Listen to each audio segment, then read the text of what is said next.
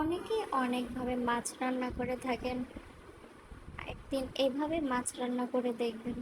Hello everyone, আসসালামু আলাইকুম।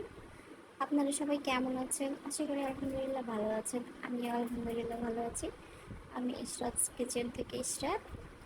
তো চলুন মূল রেসিপিতে চলে যাই। ফার্স্টে আমি আলু পটল ভেজে নিয়েছি, তারপর কড়াইয়ে তেল দিয়ে পেঁয়াজ কুচি দিয়ে দিলাম, তারপর আদা রসুন বাটা দিয়ে একটু ভেজে নেব, তারপর পানি দিয়ে দিলাম, এরপর দিয়ে দিলাম মরিচ গুঁড়া, হলুদ গুঁড়া এবং ধনিয়া গুঁড়া দিয়ে একটু কষিয়ে নেব।